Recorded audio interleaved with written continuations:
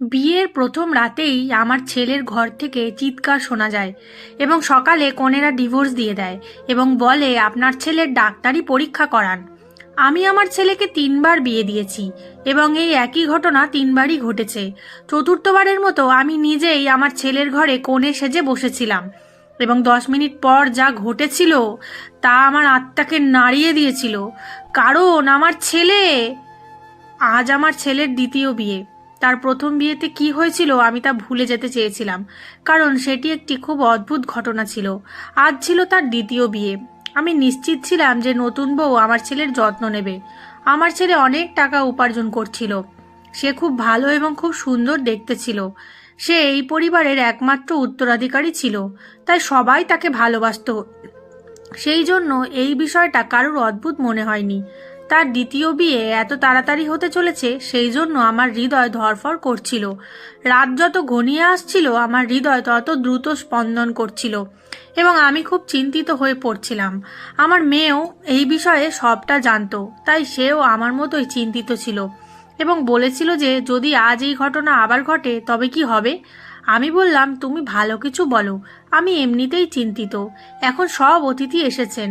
গতবার দেশে মহামারীর কারণে আমরা এত লোককে আমন্ত্রণ জানাতে পারিনি, তাই আত্মীয় স্বজন সবাই অনেক উৎসাহ নিয়ে এই বিয়েতে এসেছিলেন। সেই জন্য মানুষ আগের বিয়ে সম্পর্কে তেমন কিছু জানতো না এবং কি হয়েছিল তাও জানতো না। এটাও জানতো না যে তাদের আবার বিয়ে কেন হচ্ছিল। আমার ছেলে এতে খুব খুশি ছিল, কোনো সমস্যা ছিল না।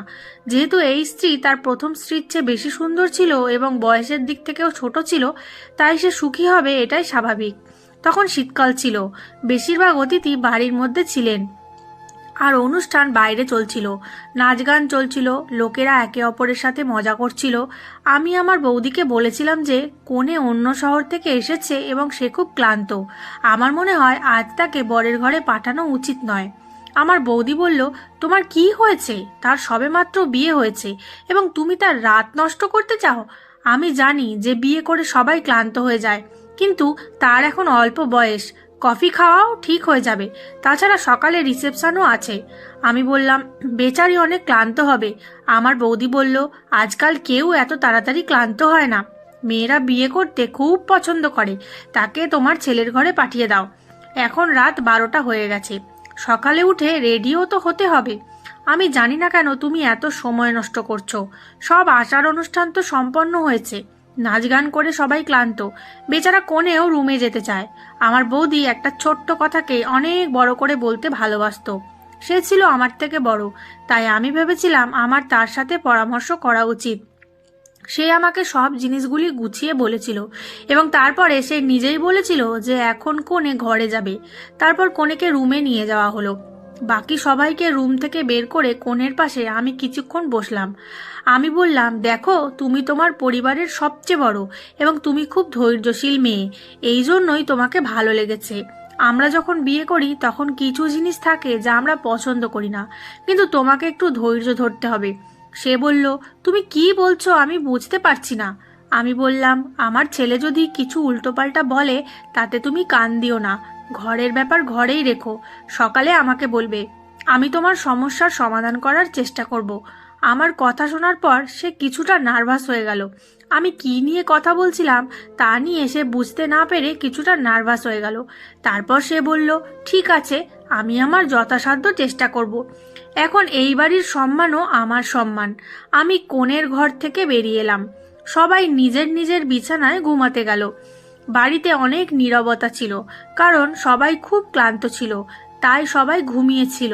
শীতের রাতগুলো এমনিতেই অনেক শান্ত হয়, কিন্তু আমি ঘুমাতে পারিনি। অবশেষে ঘুমাতে গেলাম, কিন্তু আমার চোখে ঘুম ছিল না এবং আমার চোখ বারবার ঘড়ির দিকে যাচ্ছিল আর ভাবছিলাম যত তাড়াতাড়ি হোক যেন ভোর হয়ে যায়, তবে আমার সব দুশ্চিন্তা শেষ হয়ে যাবে। কিন্তু রাত 2:30 বাজার সাথে সাথে আমি একটি প্রচণ্ড চিৎকার শুনতে পাই এবং তারপরেই আমি বুঝতে পারি যে এখন কি ঘটতে চলেছে। এরপরে বারবার চিৎকার শুরু হয়েছিল। এটি একটি মেয়ের চিৎকারের শব্দ ছিল এবং আমি জানতাম সেই মেয়েটি কে হতে পারে। সমস্ত অতিথি ধীরে ধীরে ঘুম থেকে উঠে পড়ে। হঠাৎ আমার ছেলের ঘরের দরজা খুলল এবং আমার পুত্রবধূ পাগলের মতো চিৎকার করে বেরিয়ে গেল এমনকি সে বুঝতেও পারেনি যে তার কাছে কোনো ওড়না নেই। সে সেই পোশাক পরে দৌড়ে বেরিয়ে এসেছিল এবং বাড়ি থেকে পালিয়ে যেতে চেয়েছিল। তখন কিছু মহিলা তাকে ধরে আর জিজ্ঞাসা করে যে তার সাথে কি হয়েছে, এবং সবাই তাকে সামলাতে শুরু করে, কিন্তু সে অজ্ঞান হয়ে যায়। যখন সে অজ্ঞান হয়ে যায় তখন তার ওপর জল ছিটানো হয়, কিন্তু আমার পুত্রবধূর মুখে জল ছিটিয়ে দেওয়ার পরেও তার জ্ঞান ফেরে না। তার পুরো শরীর ঠান্ডা হয়ে গিয়েছিল। তাকে তৎক্ষণাৎ হাসপাতালে নিয়ে যাওয়া হয়েছিল।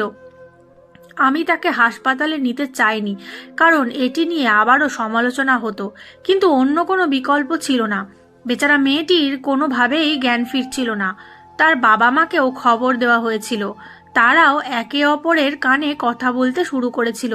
না জানি আমাদের মেয়ের কি হয়েছে, তার সাথে কি আচরণ করা হয়েছে তা ভগবানই জানেন।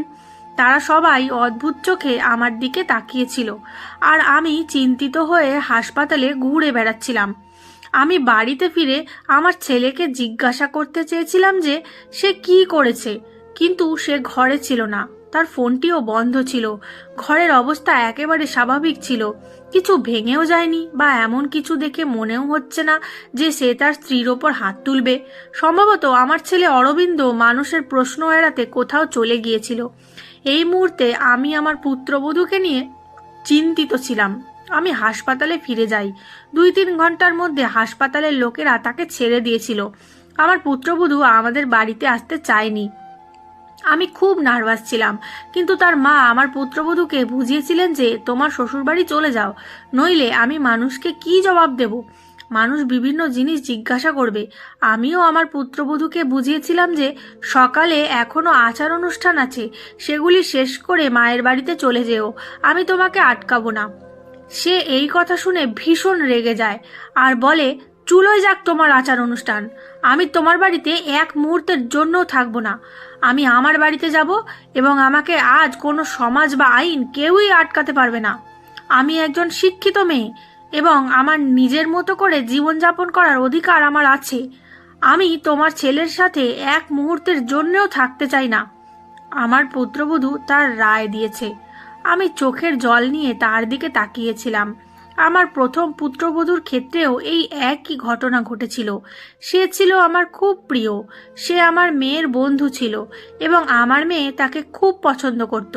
সে খুব আনন্দের সাথে তাকে বাড়িতে নিয়ে আসতো। সে একজন ধনী পিতার কন্যা ছিল। সে খুব সুন্দর মেয়ে ছিল। আমিও তার বাড়িতে আসাটা পছন্দ করতাম। কিছুদিনের মধ্যেই আমার মনে হয়েছিল যে সে অরবিন্দকে পছন্দ করতে শুরু করেছে, এবং সেই কারণেই আমি সম্বন্ধটি পাঠিয়েছি। কিন্তু বিয়ের পরে তার সাথেও একই ঘটনা ঘটেছিল। বিয়ের প্রথম রাতে সে চিৎকার করে ঘর থেকে বেরিয়ে যায়, এবং তারপরে আমার ছেলের মুখও দেখতে অস্বীকার করে।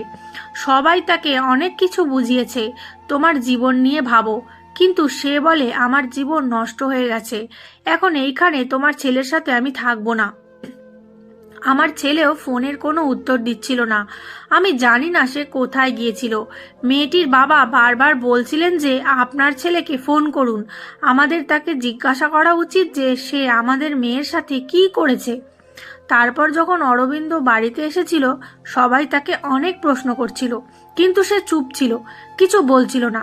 মেয়েটির বাবা মা মেয়েকে সঙ্গে নিয়ে গিয়েছিলেন, এবং সেখানে প্রচুর নাটক হয়েছিল।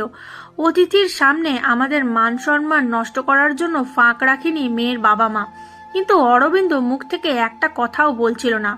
অরবিন্দের বাবা ইতিমধ্যেই পৃথিবী ছেড়ে চলে গেছেন। আমাকে একাই সমস্ত অপমান সহ্য করতে হয়েছিল। বাড়িতে জড়ো হওয়া লোকেরাও আমাদের অনেক কিছু বলেছিল। মেয়েটির মাকে তো নিয়ন্ত্রণ করতেই পারছিলাম না। সে বলছিল আমার মেয়ের জীবন তো ধ্বংস হয়ে গেছে। আমার মনে হলো আজ যদি কাশী মানে অরবিন্দের বাবা বেঁচে থাকতেন, তাহলে এত তাড়াতাড়ি আমি সাহস হারাতাম না। অরবিন্দ বড় ছিল। আমার অরবিন্দের চেয়ে ছোট একটি মেয়ে ছিল যে কলেজে পড়তো। সবাই নিজেদের মধ্যে ফিসফিস করছিল। অরবিন্দকে নিয়ে নানা ধরনের গল্প তৈরি হচ্ছিল। কেউ বলছিল জানি না, হয়তো অরবিন্দ পাগল। আবার কেউ বলছিল যে হয়তো অরবিন্দ মানসিক রোগী। আবার কেউ বলছিল যে না জানি সে নববধূর সাথে কি করেছে যে সে এত বেশি ভয় পেয়েছিল। কিন্তু আমার কাছে এইসবের কোনো উত্তর ছিল না। তবে এটা ঠিক যে যখন মানুষ আসল ঘটনাটা জানতে না পারে, তখন তারা তাদের নিজস্ব গল্প তৈরি করে। এবং তাদের নিজের গল্পগুলি আসল সত্যের চেয়ে বেশি বিপজ্জনক। কিন্তু সমস্যাটা ছিল যে আমি জানতাম না কেন আমার পুত্রবধূরা রাতে চিৎকার করে আমার ছেলের ঘর থেকে পালিয়ে যেত। সেই মেয়েটিও আমাকে কিছু বলেনি। আমি নিজের মনে ভাবলাম হয়তো সে তার মা বাবাকে কিছু বলেছে। আমি সত্যটা জানার জন্য তাদের বাড়িতে ফোন করেছিলাম, যদিও তারা আমাদের সাথে সম্পর্ক শেষ করে দিয়েছিল, কিন্তু একজন মানুষ হিসেবে আমি তার খোঁজ নেওয়ার জন্য ফোন করেছিলাম। মেয়েটির মা ফোনটি তুলেছিলেন। আমি জিজ্ঞেস করেছিলাম এখন সে কেমন আছে। আমার কণ্ঠস্বর শুনে তিনি রেগে গিয়েছিলেন। তিনি বলেন আমার মেয়ে এখনো সুস্থ হয়নি, আর আমার প্রথম পুত্রবধূর ক্ষেত্রেও একই ঘটনা ঘটেছিল। আমার মেয়ে আমাকে বলেছিল যে সে কমপক্ষে 6-7 মাস ধরে অসুস্থ ছিল, কিন্তু আমার ছেলের সমস্যা কি ছিল আমি তো কিছুই বুঝতে পারিনি। যে কি অভাব ছিল যার জন্য তার স্ত্রীরা ভয়ে পালিয়ে যেত। অরবিন্দ খুব সাধারণ ছিল। শৈশব থেকেই সে কম কথা বলতো, কিন্তু তার মধ্যে এমন কোনো আচরণ ছিল না যা এখন অস্বাভাবিক হতে পারে। অরবিন্দ আমার প্রথম সন্তান ছিল। আমরা তাকে অনেক ভালোবাসা দিয়ে বড় করেছিলাম, কিন্তু আমাদের এত ভালোবাসা দেওয়ার পরও সে নষ্ট হয়নি। হ্যাঁ, সে তার সৌন্দর্য নিয়ে গর্বিত ছিল। সে বলতো যে আমার সৌন্দর্য আর স্মার্টনেসের সামনে বাকিরা কিছুই না। সে ভালো ব্র্যান্ডেড জিনিস পরতে খুব পছন্দ করত।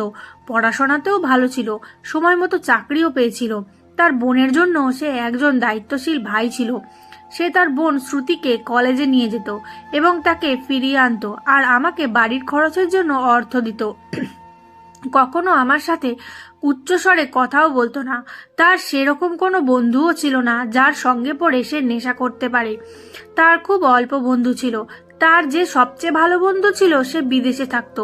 কখনো সে তার সাথে ফোনে কথা বলতো, কখনো সে আমার সাথেও তার বন্ধুর কথা বলাতো। সে আমাকে বলতো, মা, কেননা আমরা শ্রুতিকে এই ছেলের সাথে বিয়ে দিয়ে দিই। সে খুব ভালো ছেলে। সবকিছু মিলিয়ে সব স্বাভাবিক ছিল, কিন্তু দুবার যা ঘটেছিল তা মোটেও স্বাভাবিক ছিল না। আমি জানি না আমার ছেলের মধ্যে কি অভাব ছিল। সে তার স্ত্রীদের সাথে কি করতো যে তারা পালিয়ে যেত। দিনটা ধীরে ধীরে কাটতে লাগলো। অরবিন্দ খানিকটা স্বাভাবিক হয়ে গিয়েছিল। এখন সে বাড়িতে একটু কথা বলছিল। এবার আমি ভেবেছিলাম যে আমার অরবিন্দকে তৃতীয়বার বিয়ে দেব, এবং এমন একটি মেয়ের সাথে বিয়ে দেব যে আমাকে বলবে যে অরবিন্দ ফুলশয্যার মতো একটি রাতে ঘরে কি করে যা কনেকে পালিয়ে যেতে বাধ্য করে। অরবিন্দ তার অন্য 2 স্ত্রীর থেকে ডিভোর্স নিয়েছিল। আমিও চেয়েছিলাম এই পুত্রবধূটি অন্তত আমার বাড়িতে থাকুক এবং এখান থেকে পালিয়ে না যাক। আমি কারো জীবন নষ্ট করতে চাইনি, কারণ আমিও একটি মেয়ের মা ছিলাম, এবং আমি খুব ভালো করেই জানতাম যে বিবাহ বিচ্ছেদের দাগ একটি মেয়ের জন্য কতটা লজ্জাজনক হতে পারে। অনেক চিন্তাভাবনার পর আমি এই সিদ্ধান্ত নিই যে আমি অরবিন্দকে এমন একজন বিবাহিতা মহিলার সাথে বিয়ে দেব যিনি ইতিমধ্যে বিবাহিত এবং ডিভোর্স প্রাপ্ত বা বিধবা। শীঘ্রই আমি এমন একটি মেয়েকে খুঁজে পেলাম। মেয়েরাও বিয়ে করার জন্য তাড়াহুড়ো করছিল, তাই তারাও খুব বেশি খোঁজখবর নেয়নি। মেয়েটি অল্প বয়সী ছিল, কিন্তু খুব সুন্দর ছিল না, ঠিকঠাক ছিল। রোগা পাতলা চেহারা ও স্বাভাবিকের চেয়ে একটু ছোট নাক ছিল মেয়েটার।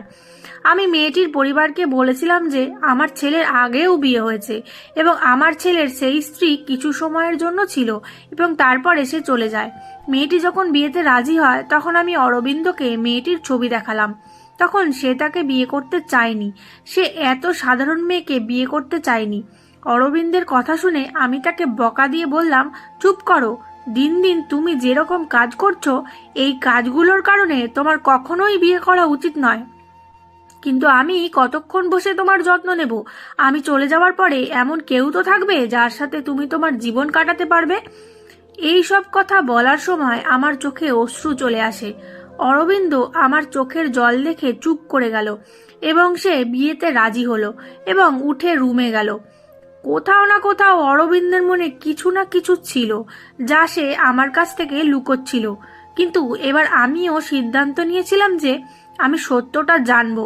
আমি আগেই ভেবেছিলাম যে এবার আমি মেয়েটিকে ভরসা করব, কিন্তু তাকে বলবো না যে আমার ছেলের আগের স্ত্রীরা ভয়ে পালিয়ে গেছে। আমি তাকে ভালোবাসার সাথে বুঝিয়েছিলাম যে যদি কোনো সমস্যা হয় তো তাহলে আমাকে বলতে, আমি সেই সমস্যার সমাধান করব। আমায় এবার বিয়ের পরিকল্পনা ছিল খুব সহজভাবে করতে হবে, এবং তারপর আমি খুব সহজভাবে বিয়ে দিয়েছিলাম। মেয়েটির নাম ছিল রেশমি। সে খুব মিষ্টি ছিল। আমার মেয়েও বলেছিল যে ভাইকে ভাইয়ের মতো ছেড়ে দিতে, কিন্তু আমি তাকে বলেছিলাম যে তোমার ভাইয়ের সাথে যদি কিছু সমস্যা হয় তবে তা সমাধান করা আমাদের কর্তব্য। এবার আমি খুব বেশি অতিথিকে আমন্ত্রণ জানাইনি। বাড়িতে মাত্র কয়েকজন অতিথি ছিলেন। যারা এসেছিলেন তারা আমার আত্মীয় ছিলেন না, তবে আমার কিছু বন্ধু ছিল যারা আমাকে চিনত। আমি তাদের এবং তাদের পরিবারকে বলেছিলাম। আমি রেশমিকে অরবিন্দের ঘরে নিয়ে গেলাম। তাকে বিছানায় বসিয়ে দেওয়ার সময় আমি রেশমির হাত আমার হাতে নিয়ে হালকাভাবে চেপে ধরলাম এবং বললাম, রেশমি, আমি তোমার সাথে খুব গুরুত্বপূর্ণ কথা বলতে চাই। আমার কথা খুব মনোযোগ সহকারে শোনো। রেশমি অবাক হয়ে আমার দিকে তাকালো আর ভাবলো যে এখন কি গুরুত্বপূর্ণ কাজ করতে হবে। আমি রেশমিকে বুঝিয়ে বললাম যে অরবিন্দ এই বিয়ে করতে রাজি ছিল না। খুব কষ্ট করে আমি তাকে বিয়ের জন্য রাজি করিয়েছি। হয়তো আমার ছেলে কিছু উল্টোপাল্টা কাজ করবে, হয়তো সে তোমাকে ভয় দেখানোর চেষ্টা করবে যাতে সে তোমার কাছ থেকে পালাতে পারে, কিন্তু তুমি ভয় পাবে না। যাই হোক না কেন আমাকে সব কিছু বলবে। তুমি তার ভয় দেখানো বা তার কথাতে পাত্তা দেবে না। রেশমি আমার কথা শুনে মাথা নাড়ল। আমি এতে সন্তুষ্ট হয়ে রেশমিকে বিশ্রাম নিতে বলে বেরিয়ে এলাম। আমি আমার রুমে যাইনি। শ্রুতি সোফায় শুয়েছিল। আমি শ্রুতিকে তার রুমে পাঠিয়ে দিলাম। বললাম যে তুমি ঘুমাতে যাও, অনেক রাত হয়ে গেছে। শ্রুতি রুমে যাচ্ছিল এবং যেতে যেতে সে বলেছিল যে মা, তুমি যা কিছু করছো ভুল করছো। তুমিও একদিন বুঝতে পারবে প্রতিটি সমস্যার সমাধান শুধু বিয়ে নয়। তুমি কোনো মেয়ের জীবন নষ্ট করতে পারো না। শ্রুতি চলে গেল। আমি সোফায় শুয়েছিলাম। আমি মনে মনে আমার ভগবানকে স্মরণ করছিলাম এবং প্রার্থনা করছিলাম যে হে ভগবান, এই রাতটি ভালোভাবে কেটে যাক। এমন নীরবতা ছিল যেন মনে হচ্ছিল এটা কোনো ঝড় আসার আগের মুহূর্তের নীরবতা। ঘড়ির টিকটিকটাও আমার মাথায় হাতুড়ির মতো লাগছিল।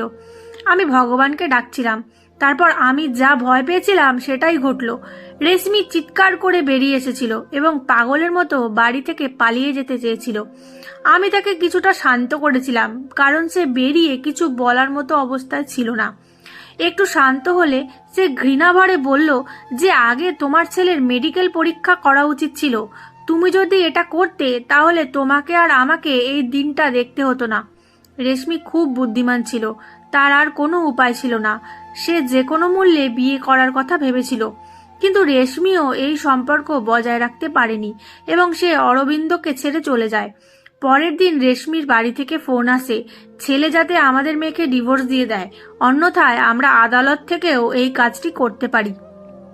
আমি হতবাক অবস্থায় ফোন ধরে সোফায় বসেছিলাম, কারণ এখন কোনো অবস্থাতেই কেউ অরবিন্দকে গ্রহণ করতে রাজি ছিল না। আমি আগে যে পুত্রবধূদের নিয়ে এসেছিলাম তারা ধনী পরিবারের ছিল এবং সুশিক্ষিত ছিল, কিন্তু রেশমি একজন বিধবা ছিল, দরিদ্র পরিবারের ছিল এবং খুব সুন্দর ছিল না। আমি আগেই রেশমিকে সবকিছু বুঝিয়ে দিয়েছিলাম। এ কারণেই ব্যাপারটা এত খারাপ হয়ে গেল। আমি বুঝতে পারছিলাম না যে আমার ছেলের মধ্যে কি অভাব ছিল। যে গহনা আমরা কনেকে দিতাম, কনের পরিবার বিয়ের দ্বিতীয় দিনে তা ফিরিয়ে দিত। আমি যৌতুকও নিতাম না। তারপরও কি এমন হতো যে এত সুন্দর, শিক্ষিত ও ধনী ছেলেকে রেখেও মেয়েরা পালিয়ে যেত? ব্যাপারটা কি তা কিভাবে জানা যায় তা ভেবে আমি পাগল হয়ে যাচ্ছিলাম। অরবিন্দ মুখ দিয়ে কিছু বলতে রাজি ছিল না। আমি যখনই এটা নিয়ে কথা বলার চেষ্টা করতাম সে উঠে বাইরে চলে যেত। সে আমাকে কথা বলার সুযোগ দিত না। কিন্তু এখন আমি অরবিন্দের ওপর সবসময় নজর রাখতে শুরু করি। তার প্রতিটি পদক্ষেপের দিকে মনোযোগ দিই, যাতে কিছু তো আমি সূত্র পেতে পারি এবং সত্য কি সে সম্পর্কে জানতে পারি। কিন্তু তার অঙ্গভঙ্গি দেখে কখনোই মনে হয়নি যে তার মধ্যে আর অস্বাভাবিক কিছু আছে। সেও অন্যান্য সাধারণ ছেলেদের মতোই ছিল। আমি কোনো রাস্তা দেখতে পাচ্ছিলাম না। একদিন বিরক্ত হয়ে আমি অরবিন্দের বন্ধুকে ফোন করলাম এবং বিদেশে থাকা ওই বন্ধুকে, আমি নিতিনকে, জিজ্ঞেস করলাম, তুমি অরবিন্দের একমাত্র বন্ধু যার সাথে অরবিন্দ তার সমস্ত মনের কথা বলে। আমাকে অরবিন্দ সম্পর্কে কিছু বলো। সে নিশ্চয়ই তোমাকে তার জীবন সম্পর্কে কিছু বলেছে। কিন্তু আমি তো এটা শুনে অবাক হলাম যে সে তার বন্ধুকে নিজের সম্পর্কে কিছুই বলেনি।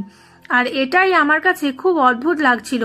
সে কি তার বন্ধুকে বলেনি যে আমি 3বার বিয়ে করেছি এবং আমার 3 স্ত্রী আমাকে ছেড়ে চলে গেছে?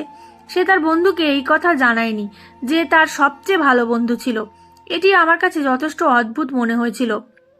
তবে সম্ভবত সে বলেনি কারণ সে লজ্জিত হতে চায়নি। সে বিয়ের রাতে তার স্ত্রী পালিয়ে যায়, সেটাও 3 স্ত্রী। ধীরে ধীরে আরো 6 মাস পার হয়ে গেল। বাড়িতে সবকিছু স্বাভাবিক ছিল, কিন্তু আমি অরবিন্দকে নিয়ে খুব বিচলিত ছিলাম। বিয়ের প্রথম রাতেই কোণে পালিয়ে যায় কি কারণে? আমি আবার অরবিন্দের বিয়ের কথা ভেবেছিলাম এবং এবার আমি সত্যটি জানার সিদ্ধান্ত নিয়েছিলাম। এবার আমি মেয়েটিকে সবকিছু বলেছি, কিচ্ছু গোপন করিনি, এবং এমন একজনকেও নিয়ে এসেছিলাম যার বিয়ের খুব প্রয়োজন ছিল, কারণ এরা খুব দরিদ্র ছিল এবং তার বাড়িতে 2টি ছোট ভাই ছিল। আমি মেয়েটিকে রাজি করিয়েছিলাম, মেয়েটির বাবা মাও রাজি হয়েছিলেন। আমি বলেছিলাম, আজ থেকে তোমার ভাইদের পড়াশোনার খরচ আমার। কিন্তু আমি মেয়েটির বাবা মাকে বিয়ের আগের এই কথা বলিনি, শুধু মেয়েটিকে বলেছিলাম। মেয়েটি কিছুটা নার্ভাস ছিল, কারণ আমি বিয়ের আগে থেকে মেয়েটিকে সবকিছু বুঝিয়েছিলাম। প্রথমে সে খুব ভয় পেয়েছিল, তারপর সে নিজেকে সামলে নিয়ে বলেছিল যে যাই ঘটুক না কেন আমি এই বিয়ের জন্য প্রস্তুত। আমার ছোট্ট আত্মত্যাগ আমার ভাইদের জীবন তৈরি করবে, সুতরাং এতে কি ভুল আছে? যা কিছু ঘটুক আমি তা সহ্য করব। মেয়েটির নাম ছিল সুমনা। যদিও সে দরিদ্র পরিবার থেকে এসেছে, তবুও সে খুব সংস্কৃতিবান এবং বুদ্ধিমান ছিল। আমার মন খুশি ছিল যে সুমনা যদি আমার পুত্রবধূ হয়ে আমার বাড়িতে থাকে, তবে এটি আমার জন্য অনেক সৌভাগ্যের বিষয় হবে। সংস্কৃতিবান হওয়ার পাশাপাশি সুমনা খুব সুন্দরও ছিল। আর এবারের বিয়েটা হয়েছে মন্দিরে, সবকিছু ঠিকঠাক ছিল এবং আশ্চর্যজনকভাবে সেই রাত কেটে যায় এবং সকাল হয়ে যায়। সকাল হওয়ার সাথে সাথে আমি ঘরের দরজায় কড়া নাড়লাম, কিন্তু কেউ দরজা খুলল না। আমি খুব চিন্তিত হয়ে গেলাম, কেউ দরজা খুলছিল না। কিছুক্ষণ পরে আমি ঘরের দ্বিতীয় চাবি নিয়ে এলাম এবং আমি নিজেই দরজা খুললাম। অরবিন্দকে রুমে কোথাও দেখা যায়নি, সম্ভবত সে বাথরুমে ছিল, কিন্তু আমার পুত্রবধূ মাটিতে অজ্ঞান হয়ে পড়েছিল। আমি দ্রুত ডাক্তারকে ডাকলাম। তারপর জ্ঞান ফিরে আসার সঙ্গে সঙ্গে সে বাইরে ছুটে যায় আর বলে, আমি এখানে থাকতে চাই না, আমি আমার বাবা মায়ের বাড়িতে যেতে চাই। আমি সুমনার হাত ধরলাম এবং বললাম, তুমি এমনটা করতে পারো না। আমি তো তোমাকে পুরো সত্য বলেছি এবং তুমি সব শুনেই রাজি হয়েছো, তাহলে তুমি এখন কেন এটা করছো? কিন্তু সুমনা আমার কোনো কথা শুনতে রাজি ছিল না। কাঁদতে কাঁদতে সে বলল, আন্টি, দয়া করে আমাকে ক্ষমা করে দাও, আমি বাধ্য, আমি এখানে থাকতে পারবো না। চিন্তা করো না, আমি আমার বাবা মাকে কিচ্ছু বলবো না, আমি সব কিছু সামলে নেব, শুধু আমাকে এই বাড়িতে থাকতে বলবেন না। কিন্তু সুমনা, ঠিক কি হয়েছে আমাকে বলো, আমি সত্যটা জানতে চাই। সুমনা, তুমি আমাকে প্রতিশ্রুতি দিয়েছিলে যে তুমি আমাকে অরবিন্দ সম্পর্কে সত্য বলবে। আন্টি, আমি অরবিন্দ সম্পর্কে কিছু বলতে পারবো না। আমি যদি অরবিন্দের কথা বলি তবে সে আমাকে মেরে ফেলবে। আমি আমার জীবন নিয়ে চিন্তা করি না, কিন্তু অরবিন্দ আমার ভাইদেরও ছেড়ে দেবে না। দয়া করে আমাকে যেতে দিন। তার চোখে এমন সহানুভূতিশীল অভিব্যক্তি ছিল যে আমি তাকে থামাতে পারিনি। সুমনা চলে গেছে আর আমি অপেক্ষা করছিলাম হয়তো অল্প সময়ের মধ্যে সুমনার বাবা মায়ের কাছ থেকে ফোন আসবে, কিন্তু এরকম কিছুই ঘটেনি। হয়তো সুমনা তার বাবা মাকে কিছু বলেনি। অরবিন্দের 3 স্ত্রী পরদিনই ডিভোর্স দাবি করেছিল, কিন্তু আমি বুঝতে পারছি না যে সুমনা এমন কিছু করেনি। এর অর্থ সুমনা কেবল আমার ছেলেরই স্ত্রী ছিল। আমি অরবিন্দের চেক আপ করাতে চেয়েছিলাম, কিন্তু অরবিন্দ কখনোই এটি করতে দেয়নি। তাই একদিন আমি অরবিন্দের খাবারে ঘুমের ওষুধ মিশিয়ে দিলাম। অরবিন্দ গভীর ঘুমে যাওয়ার সাথে সাথে আমি ডাক্তারকে ফোন করলাম। ডাক্তার অরবিন্দের কিছু নমুনা নিয়ে বললেন যে রিপোর্ট আসার সাথে সাথে আমি আপনাকে বলবো। ডাক্তার চলে গেলেন এবং তারপর আমি অধীর আগ্রহে অরবিন্দের রিপোর্টের জন্য অপেক্ষা করলাম। পরের দিন ডাক্তার আমাকে ফোন করলেন এবং তিনি বলেছিলেন যে অরবিন্দ সম্পূর্ণ স্বাভাবিক এবং তার সমস্ত রিপোর্ট স্বাভাবিক এসেছে। অরবিন্দ যদি স্বাভাবিক থাকে, তাহলে বিয়ের প্রথম রাতেই তার স্ত্রীরা পালিয়ে যায় কেন? সুমনার বাবা মা আমাকে অনেক শ্রদ্ধা করতেন, হয়তো তারা সত্যটা জানতেন না। তারা ভেবেছিলেন আমি তাদের মেয়েকে বাড়িতে নিয়ে যেতে এসেছি। আমাকে দেখে সুমনা ভয় পেয়ে গেল। সে আমার পাশে অল্প সময় বসে এবং ঘরের ভিতরে চলে যায়। আমাকে দেখে সুমনা বলল, আন্টি, আমি তোমাকে আগেই বলেছিলাম যে আমি তোমার বাড়িতে থাকতে পারবো না, তাহলে তুমি আমাকে নিতে এসেছো কেন? আমি সুমনাকে খুব ভালোবেসে আমার পাশে বসালাম এবং তার সামনে হাত জোড় করে বললাম, তুমি এখন আমার আশার শেষ আলো। আমার ছেলের কি অভাব আছে তা কেবল তুমিই বলতে পারো। একজন অসহায় মা হাত জোর করে তোমার কাছে ভিক্ষা চাইছে, দয়া করে অস্বীকার করো না। আমার চোখে জল দেখে সুমনা আমার হাত ধরে বলল, আন্টি, আমি অসহায়, দয়া করে আমার সামনে হাত জোর করবেন না। সুমনা যখন কোনোভাবে সত্য বলতে রাজি হয়নি, তখন আমি সুমনাকে বললাম, ঠিক আছে, তোমাকে কিছু বলতে হবে না, আমি নিজের চোখেই দেখব। কিন্তু তুমি তো আমাকে সাহায্য করতে পারো, তাই না? তুমি আজ রাতের জন্য আবার আমার ছেলের ঘরে থাকো, আমি নিজের চোখে পুরো সত্যটা দেখব। প্রথমে সুমনা ভয় পেয়েছিল, কিন্তু আমি অনেক কিছু বুঝিয়ে বললাম যে আমি তোমার সাথে থাকবো, তোমার কিচ্ছু হবে না। সে রাজি হয়ে গেল। আমি সুমনাকে আমাদের বাড়িতে নিয়ে এসেছি। আমি আবার সুমনাকে কোণে বানিয়ে অরবিন্দের ঘরে বসিয়ে দিলাম। আমি আগেই অরবিন্দকে ফোন করেছিলাম যে সুমনা বাড়ি এসেছে, তুমিও অফিস থেকে তাড়াতাড়ি চলে এসো। আজ আমি বাড়িতে থাকবো না, তোমার পিসির স্বাস্থ্য খারাপ, আমি সেখানে যাচ্ছি এবং সারা রাত সেখানে থাকবো। আমার কথা শোনার পর অরবিন্দ শুধু হ্যাঁ বলে উত্তর দিল এবং ফোন কেটে দিল। আমি অরবিন্দের ঘরে লুকিয়েছিলাম এবং আজ আমি ঠিক নিজের চোখে সবকিছু দেখতে চেয়েছিলাম। ঠিক তখনই দরজা খোলার শব্দ হলো এবং অরবিন্দ ঘরের ভিতরে প্রবেশ করলো। সুসজ্জিত শাড়ি পরে বসে থাকা সুমনার দিকে এক নজর তাকিয়েছিল সে। তারপর কিছু না বলে বাথরুমে চলে গেল। সুমনা এমনভাবে ভয়ে বসেছিল যেন সে এখনই উঠে পালিয়ে যাবে। আমিও নিঃশ্বাস বন্ধ করে পরিস্থিতির জন্য নিজেকে প্রস্তুত করছিলাম। হঠাৎ বাথরুম থেকে এক নারীর চিৎকারের আওয়াজ আসতে শুরু করে। আওয়াজ শোনার সঙ্গে সঙ্গে সুমনা বিছানা থেকে নেমে এসে দাঁড়ালো। অরবিন্দ তো বাথরুমের ভিতরে ঢুকলো, তাহলে কেন এই মহিলার আওয়াজ? তারপর অরবিন্দ বেরিয়ে এলো এবং অরবিন্দকে দেখে আমি অজ্ঞান হয়ে গেলাম। সে খুব অদ্ভুত মেকআপ করে সে মেয়েদের পোশাক পরেছিল। তার চোখ রক্তবর্ণের মতো হয়েছিল। আওয়াজটা ঠিক একটা মেয়ের মতো আসছিল। আমি বারণ করেছিলাম, আমার জীবনে ফিরে এসো না, তুমি আমার কথা শোনোনি, এখন তুমি তোমার মৃত্যুর জন্য নিজেই দায়ী থাকবে, তুমি নিজেই তোমার মৃত্যুর কারণ হবে। অরবিন্দ খুব ভয়ানক হাসি নিয়ে সুমনার দিকে গেল। সুমনা চিৎকার করে আমার কাছে এসেছিল।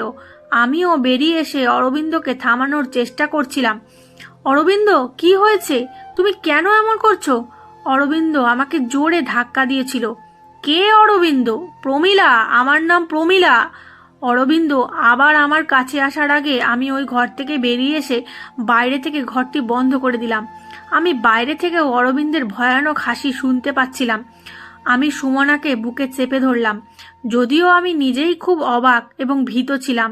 আন্টি, আমি মরতে চাই না, অরবিন্দ আমাকে বাঁচিয়ে রাখবে না।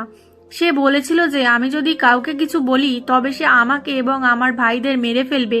আমাকে এবং আমার ভাইদের কে বাঁচাবে এখন আন্টিজি? আমি বললাম, কিছুই হবে না সুমনা, শান্ত হও, আমি সব কিছু সামলে নেব।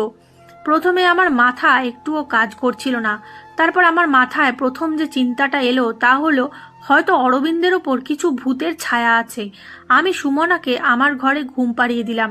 সকালে আমি প্রথম যে জিনিসটি করেছিলাম তা হলো আমার পারিবারিক ডাক্তারকে কল। রাত 8টার দিকে ডাক্তার আমাদের বাড়িতে আসেন। আমি তাকে সব কিছু বুঝিয়ে বললাম। একই সঙ্গে আমি ডাক্তারকেও বলেছিলাম যে আমার মনে হয় অরবিন্দের ওপর কোনো ভূতের ছায়া আছে।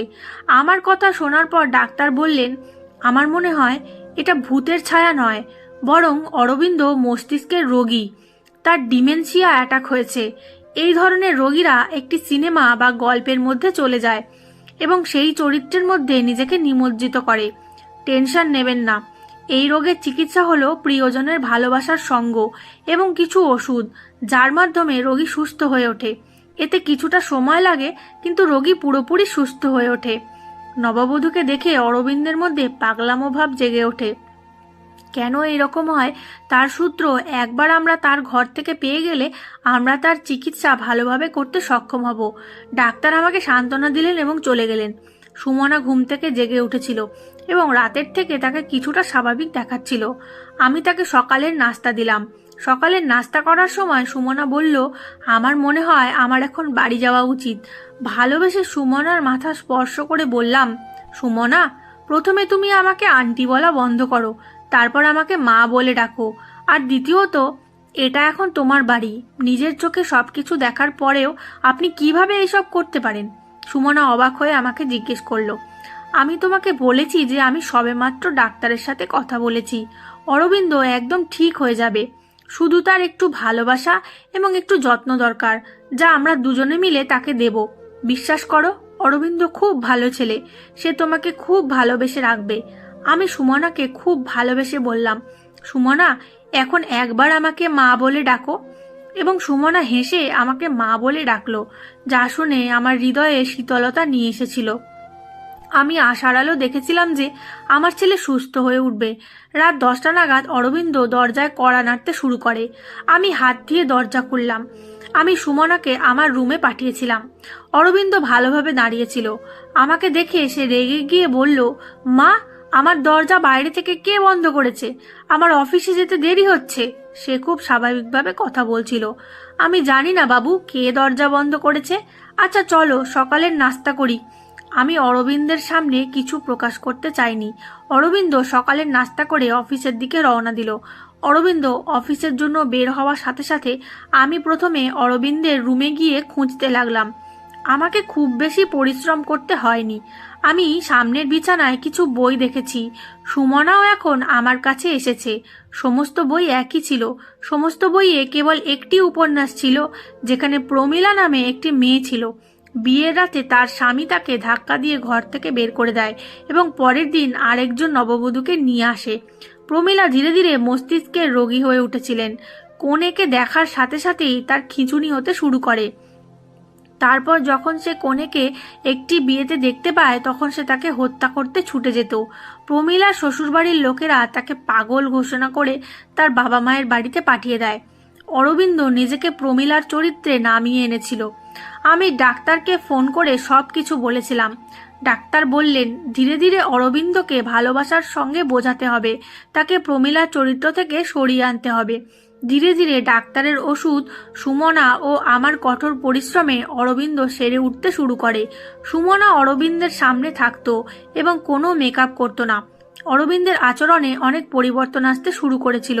তার চোখে আমি সুমনার প্রতি ভালোবাসা দেখেছি। সুমনা যেখানেই যেত, অরবিন্দের চোখ তাকে অনুসরণ করত। অরবিন্দের চিকিৎসার পর 3 মাস কেটে গেছে।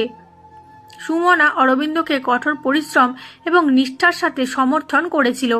নিশ্চয়ই আমি কিছু ভালো কাজ করেছিলাম, যার জন্য আমি সুমনার মতো পুত্রবধূ পেয়েছি, তা নিয়ে আমি নিশ্চিত ছিলাম। সুমনা তখনও আমার রুমে আমার সাথে ঘুমোতো। কিন্তু আজ আমি ভাবলাম সবকিছু ঠিক করা উচিত। আমি সুমনাকে বলেছিলাম, সুমনা, আজ তোমাকে একটা পদক্ষেপ নিতে হবে, আর তারপরে তোমার জীবনে সুখ আসবে। সুমনা চিন্তিতভাবে আমার দিকে তাকাতে শুরু করলো। তারপর আমি তাকে বুঝিয়ে দিলাম যে সুমনাকে আজ অরবিন্দের ঘরে কোণের মতো বসতে হবে। সুমনা আমার কথা শুনে ভয় পেয়েছিল। তখন আমি বললাম, সুমনা, তোমার ভয়ের কিছু নেই। আমি দরজা খোলা রাখবো। তোমাদের দুজনের মধ্যে সবকিছু ঠিক না হওয়া পর্যন্ত আমি দরজার বাইরে দাঁড়িয়ে থাকবো। যদি তুমি কিছু ভুল খুঁজে পাও, তবে সাথে সাথে চলে যেও। সেই রাতে অরবিন্দ আসার আগেই আমি সুমনাকে কোণের মতো সাজিয়েছি। অরবিন্দের বিছানাটাও খুব সুন্দরভাবে সাজানো হয়েছে। অরবিন্দের আসার জন্য অনেকটা সময় ছিল। আমি সুমনাকে বিছানায় সাজিয়ে বসিয়ে বাইরে চলে এলাম। খাবার খাওয়ার সময় অরবিন্দের চোখ এখানে সেখানে কিছু খুঁজছিল।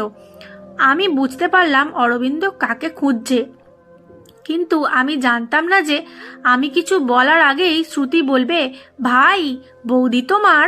শ্রুতি তার কথা শেষ করার আগেই আমি তাকে চুপ করিয়ে দিলাম। আমি হেসে বললাম, অরবিন্দ, তুমি আগে খাবার শেষ করো, তারপর তোমার রুমে যাও, তুমি তোমার প্রশ্নের উত্তর পাবে। রাতের খাবার খেয়ে অরবিন্দ তার রুমে গেল। আমার হৃদয় জোরে জোরে ধড়ফড় করছিল। আমি জানি না যে এখন কি হতে যাচ্ছে। হে ভগবান, সবকিছু ঠিক আছে তো? আমি অরবিন্দকে অনুসরণ করলাম এবং গেটের কাছে থামলাম এবং আমি কান দিয়ে শোনার চেষ্টা করলাম যে ভিতরে সবকিছু ঠিক আছে কিনা। আমি অনেকক্ষণ ধরে দাঁড়িয়েছিলাম, কিন্তু ভিতরে তখনও শান্তি ছিল এবং অল্প সময়ের মধ্যে আমি প্রেমে ভেজা গলায় সুমনা এবং অরবিন্দের কথোপকথন শুনতে পাচ্ছিলাম। আমি হাসলাম এবং আমি অনেক শান্তি বোধ করলাম। ঈশ্বরকে ধন্যবাদ জানালাম এবং আমার ঘরে এসে শান্তিতে শুয়ে পড়লাম। সকালে আমার চোখ খুলল। আমি যখন তাড়াতাড়ি উঠে রান্নাঘরের দিকে ছুটে গেলাম, দেখলাম সুমনা ইতিমধ্যে রান্নাঘরে উপস্থিত আছে। আমাকে দেখে সুমনার মুখে হাসি ফুটে উঠল। সুমনার কুঁচকে যাওয়া চোখ আর লাজুক হাসি দেখে বুঝতে পেরেছিলাম যে সবকিছু ঠিকঠাক আছে। সুমনা খানিকটা লজ্জা পেয়ে বলল, মা, অরবিন্দের চা ও কফিটাও আমিই বানাচ্ছি। সুমনাকে কফি বানাতে দেখে আমি হলের ভেতরে ঢুকলাম, সোফায় বসলাম এবং চোখ বন্ধ করলাম। আজ আমার অরবিন্দ এবং সুমনার জীবনে সুখ ছিল। গল্পটি সমাপ্ত হলো। বন্ধুরা, গল্পটি আপনাদের কেমন লাগলো তা অবশ্যই কমেন্টের মাধ্যমে জানাবেন। আমি আপনাদের সকলের কমেন্টের উত্তর দেওয়ার চেষ্টা করব। আর গল্পটি ভালো লেগে থাকলে অবশ্যই একটা লাইক দেবেন, যাতে আমি চ্যানেলটা এগিয়ে নিয়ে যেতে পারি। আর চ্যানেলে নতুন হয়ে থাকলে চ্যানেলটি সাবস্ক্রাইব করে বেল আইকনটি প্রেস করে দেবেন, যাতে পরবর্তী গল্প সবার আগে আপনার কাছে পৌঁছয়। দেখা হচ্ছে পরবর্তী গল্পের আসরে। ততক্ষণের জন্য টাটা।